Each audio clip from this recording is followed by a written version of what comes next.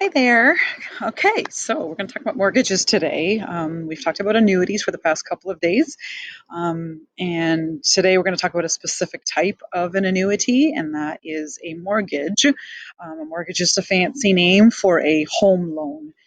Most of us who want to buy a house obviously can't just afford to drop some cash down and say, there's my house. You've got to take out some sort of a loan. Especially this day and age, houses are, even the most basic house is already probably, hundreds and thousands of dollars. So basically, a mortgage is a loan.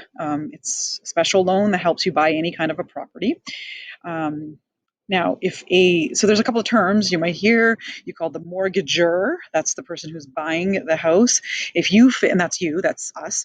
If you don't make a payment, then whoever you're borrowing that money from, the mortgagee, can actually take back the house. They can sell your property and use the money to help pay off the mortgage. So you don't want that to happen. Um, so hopefully just stay on top of paying off your mortgage. Now, how can you pay off your mortgage? Those are the things we're going to talk about today. Different ways, different rates, different things like that. So the home buyer is required to have a percentage of the house paid as a down payment. Now, lately, I don't remember what year it was, but a down payment used to be any amount that you wanted to put down, and that would just reduce the actual value of your loan. It used to be, I believe, 5% of the value of the house, because a lot of us who, especially when you're into your early 20s and you wanted to buy your first house, that first house, most of us don't have a lot of money we could put down. You don't really have, $20,000, $30,000 that you can put down. But what happened was the government's made some changes, and so they used to be 5% of the value of the house. They've said now, oh, you have to put down a minimum of 10% of the value of the house. But either way, whatever that down payment is, that comes off of the original principal. And then the rest of the money, the rest of the balance, I guess, is what you call your mortgage. Okay.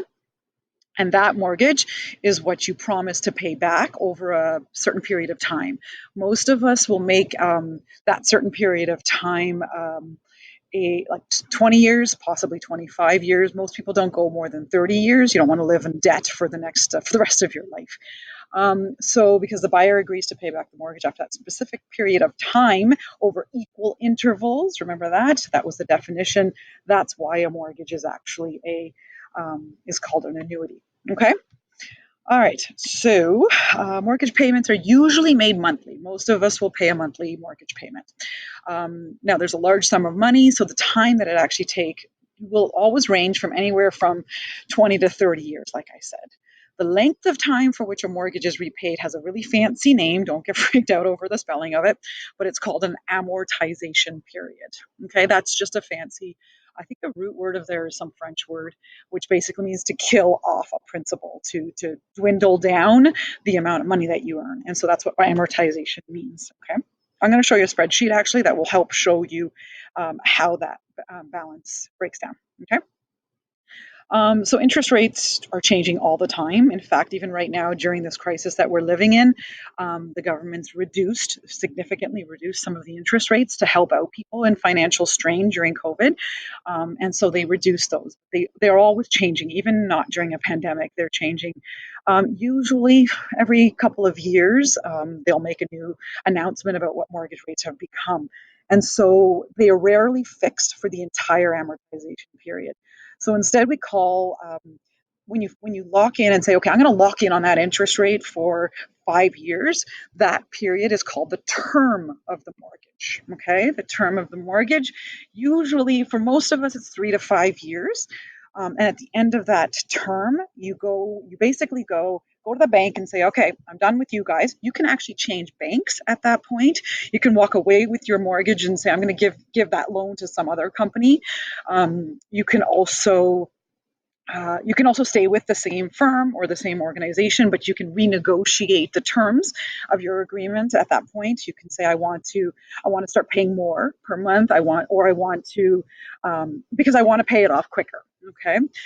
And then what they'll do is they'll recalculate the outstanding amount of the mortgage. And they might even say, okay, well, you know what? You were on target to have paid off your mortgage by, the year 2040. But if we can renegotiate, we might even be able to get you to pay it off by the year 2032 or 2035. And so those are the times that you renegotiate without any kind of penalty.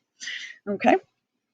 All right. So, um, this is just a kind of a little side note. Don't worry about it too much in this unit, but we've always talked about the compounding frequency. Remember when I said you compound monthly or you compound quarterly?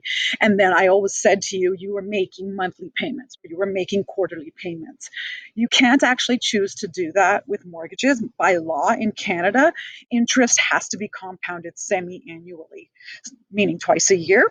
So you can't compound more often, even though we're actually giving monthly payments. That contradiction there.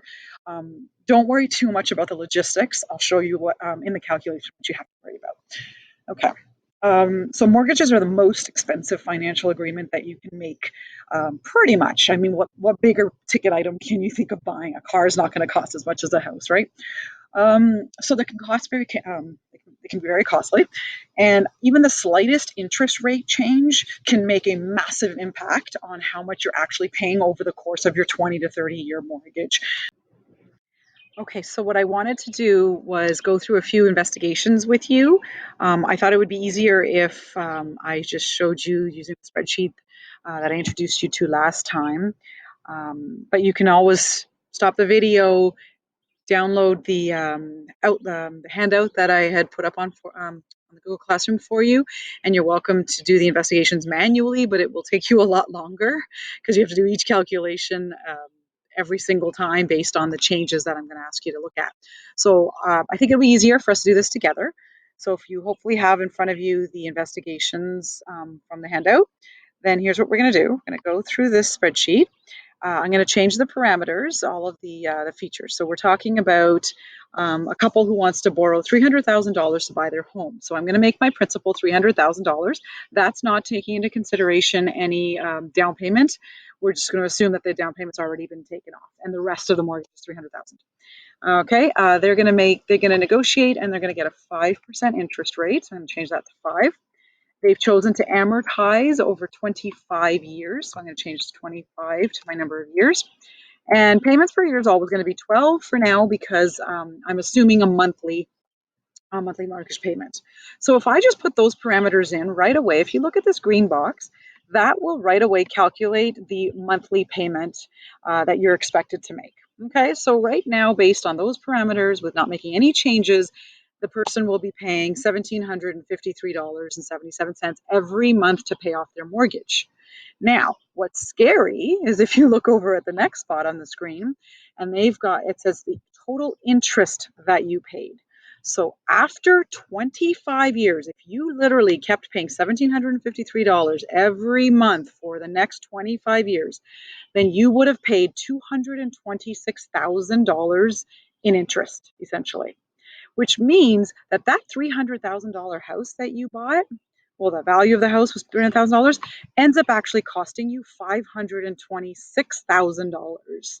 Okay, because 200 of it was basically you just wasting away your money. But we don't really have a choice, and so don't think of it as wasting it away. It's the cost of borrowing, right? But that's a really high cost of borrowing. That's $226,000 that you could have saved. So is there anything you can do to change these parameters? That would be the interest rate, or maybe how long you amortize for, or even can you change your payments per year to something more frequently? Can we make a change or any multiple changes that can bring this number down?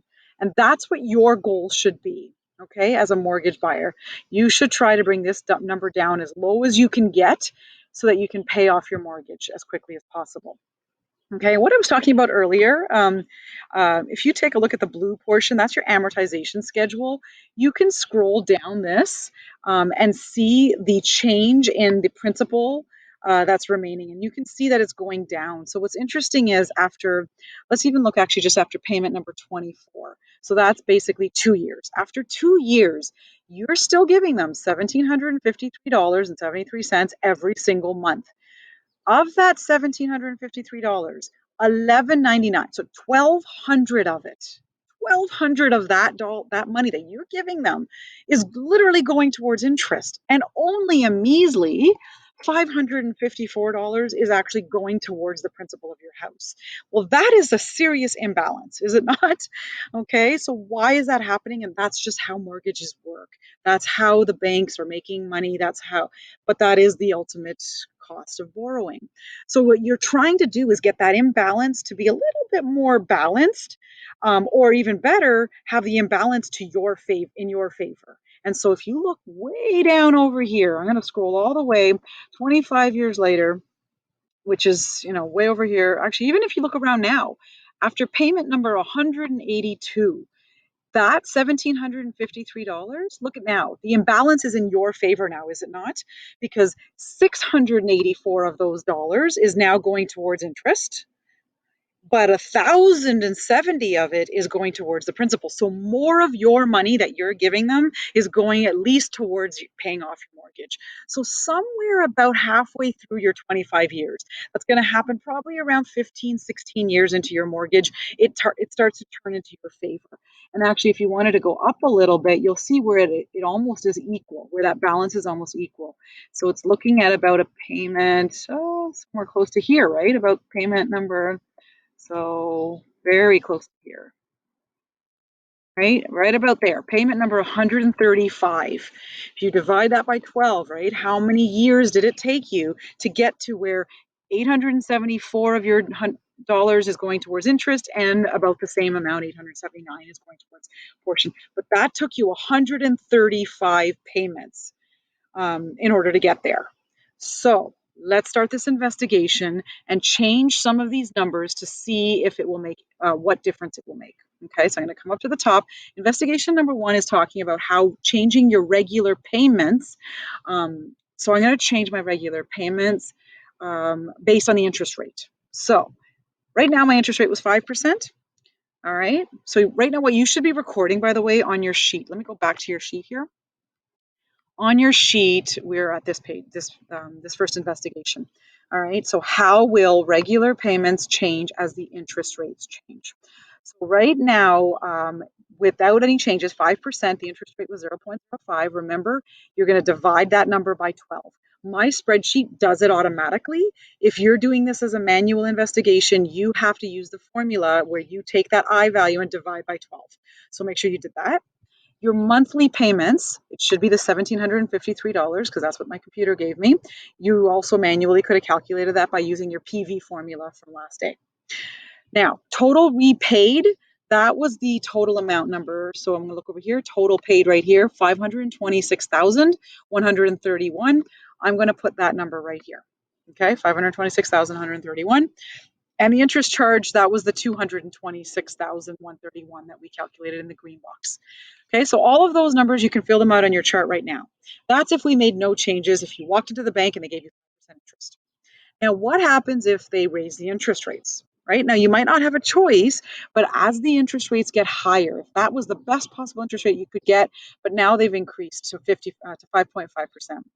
Taking that number, dividing it by 12. So let's look at our spreadsheet. I'm going to change this 5% to 5.5. Now, before I push enter, I want you to make a prediction. Do you think that is going to make this green number higher, this interest paid higher, or interest paid lower? And if it makes it higher, of course, that's going to make this number higher as well. So interest rate goes up, total paid interest is going to also go up. In fact, look how much it went up, $252,678. So you're going to go over here and you're going to write I didn't check payments. Your payments, look at that. So instead of $1,700 payments, you're now making $1,842 payments. You're still doing it for 25 years, but now the interest that you're paying them is even more. So $1,842 is what you're paying every month. That means you're going to now, it's about a $30 difference. $30,000 difference in how much interest you've paid, which means there's a significant difference in your total amount paid. Okay. All right. So if we go up even more, what if your interest rate was even higher? That 6% clearly your monthly payment's going to go higher. I hope you're recognizing this now. So I change it to 6%. Your monthly payments are going to go up. Now you owe them $1,900 a month. Look what happens to your interest paid, $279.871, and of course that means your total paid is going to also be significantly higher. So every time those numbers go up, yes, these numbers also will go up. Which means if you can go to a bank and negotiate for that interest rate to go down, even 4.85. Look at that, right? If I just quickly change this number to 4.8, look at that significant difference, 215,000 compared to the 220, the 226, right? That's a lot of savings for you just by asking them to negotiate an interest rate that could be slightly lower than 5%. You go even lower than that, 4.5. Now you're $200,000 interest instead of 226. That's $30,000 you're saving just by negotiating interest rates. So please take the initiative, be aggressive with whoever you're borrowing your money from, and get that interest rate lowered. It will do yourself a benefit. It's not changing how long it's taking you to pay it off. It's changing how much you're paying them each month, and it's changing how much interest you're overall giving them after that 25 years. Okay? All right. So let's go back to that 5% interest rate and let's change some other parameters. Can we make any other changes? Okay, so our conclusion from this investigation, number one, should have been that the higher the interest rate, the higher the regular payment, and yes, the greater the total interest, which is not good for you. Okay, so scenario number two, how will your regular payments change, your monthly payments change, if I change my amortization period? So standard amortization period, most people will take 20 to 30 years to pay off their mortgage. Okay, so let's start with if we make it, so it's 25, let me go back here for a second. So we're going to assume that we're going back to a 5% interest rate. So I did that. But I want to change this amortization. So 25 was what we started with. Did I have 25 in here? Yeah, I did. So that's this one right here. So 25 meant you had 300 payments you were going to make. Okay, so monthly payments for 25 years. That means you're doing this 300 times. How much are you paying them each time? Why is that 1932? When did that change? Was it 5%? Hold on here. 15, 25 years, 5%. Hold on. Wait for it. 1,753 should have been our payment. Why did 25 years of 12 million? Not sure what's happening here. Hold on. 17. This should be 1753. I don't know why it's 1932. Okay, this should be 1753. Put something incorrect in here. 1753.77 should have been the amount right there. Sorry, my bad. Not sure what happened. Okay, so that was the same thing. That 1753.77 was the same payment amount based on 25 years. Okay. Now, so we knew that was 526. Let me see if this changed as well. I think I might have messed this up. Yeah, no, that one's the same. So 526,131 was what we had originally, and there's the 226. Okay, none of that changed. But as I go down, so I've already showed you the 15, but let's drop it all the way down 15 years. If I drop that down to 15 years, keeping it at 5% interest rate, there's $127,000 of interest. But look at your payment amount. That's your monthly payment. So $2,372 instead of 17. Okay, so it is going to go up. It's jumping up almost $600 a month. That's a lot of money to expect somebody to pay, especially depending on what your job is. Can you even afford $2,300? So maybe that's why somebody opts to do it over a longer period of time, because they actually can't afford a higher monthly payment. But what is the benefit of increasing these payments? Your total repaid. Instead of giving them how much in interest? $226,000. Look what you're giving them. Almost $100,000 savings. Dropping your amortization by 10 years will drop your interest by almost $100,000. Why would you not do that? The only reason I can think of, to be honest, is this. You can't maybe afford a $2,300 mortgage payment a month. Okay, so it's not like, oh, why would nobody do it? You might not have a choice. Halfway in between there, so let's go to 20 years. Let's see if that makes, what kind of a difference that makes. So I'm going to drop this, I'll bring this up to 20 years. So, okay, I'm hoping my payments are going to go down. Yes, they did. So now your payments went down from the 20, whatever hundred, but up from the 1700. This is a little bit more reasonable for the average, Joe Blow. Most of us can probably afford maybe 1,500 to 2,000, and this is on the higher end. And then look at their interest. Right now, your interest is 175,000, which means your total paid is 475. So in 220 years, 12 payments a year, you're making 240 total payments. Each one of those payments is $1,842. So that's a little reasonable. 1842. I thought it was 1979.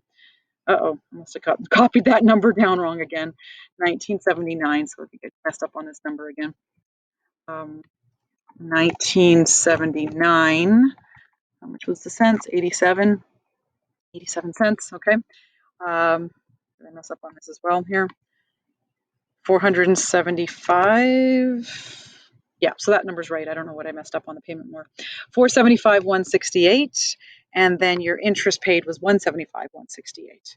Okay, so again, conclusion, the longer you spend paying it off, so your amortization, the longer the amortization, what will it do to your payments? It will be lower. They will be lower.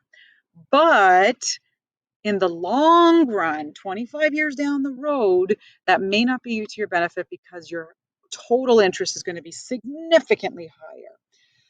Okay, so lesson to be learned. It's not really much of a lesson. It's just what you can afford. But lesson to be learned, the higher your amortization, the longer it takes you to pay it off, your payments will be smaller, but your overall interest will be significantly larger. Okay, and then investigation number 3, let's get down to that one. This is what if I change my frequency. So remember last lesson, I said, what if you decided to compound instead of monthly, you might have compounded biweekly or quarterly or monthly or weekly. The most common one most people will do is biweekly. A lot of us, if we can afford it, might pay more often rather than monthly. And so let's see what that does. Okay, so let's see what that does. So here's investigation number 3. If I change the frequency of my payment, how often? So monthly, we already knew. We knew this one. We knew there was going to be 300 payments. We knew it was $1,753. We knew it was 526 total. So nothing changes there. I think this was 226, wasn't it? Was it 326? Let me just make sure the numbers came out right. So my 5%, and I'm changing that. Now this is 12. And I'm going back to 25. So that's 25 again. Okay, so yeah, I messed up again on the number there. 526, 131.